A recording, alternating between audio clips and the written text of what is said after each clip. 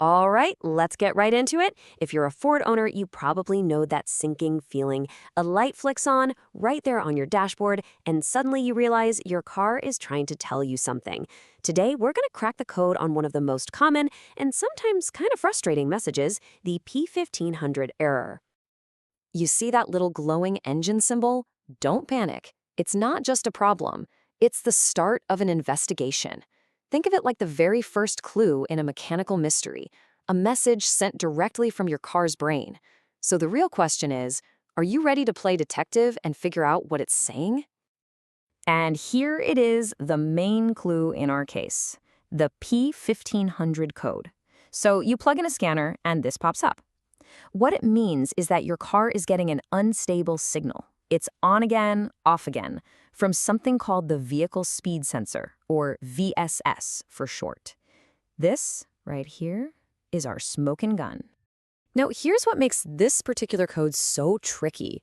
The P1500 can be a bit of a master of disguise. It can actually mess with other important diagnostic tests, like your emissions monitors or your O2 sensors. That's why it is absolutely crucial to solve this VSS mystery first so it doesn't lead us down the wrong path.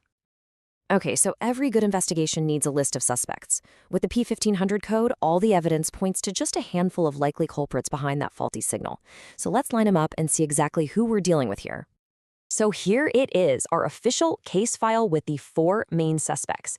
First up, it could be something super simple, like a loose connection. Suspect number 2, we might have what's called an open in the circuit, which is really just a fancy way of saying there's a break in the wire somewhere. Third, a short in the circuit, where wires are touching that definitely shouldn't be. And finally, if all else fails, our prime suspect is the vehicle speed sensor itself. It might just be broken. The culprit is almost certainly one of these 4.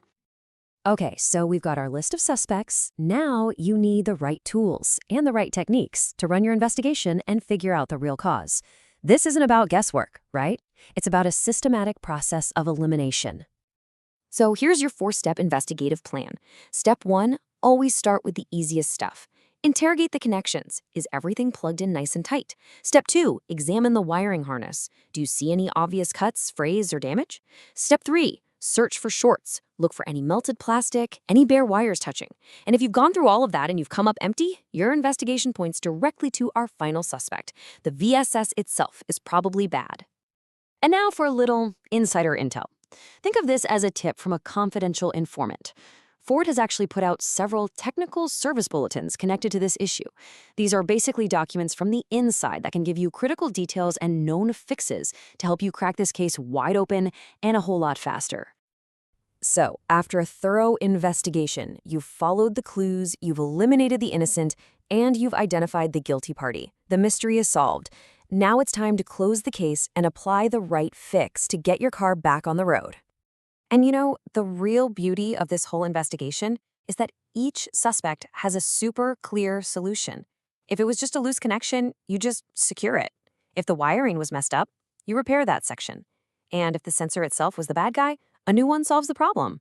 See? The hard part was the diagnosis. The fix is usually the easy part.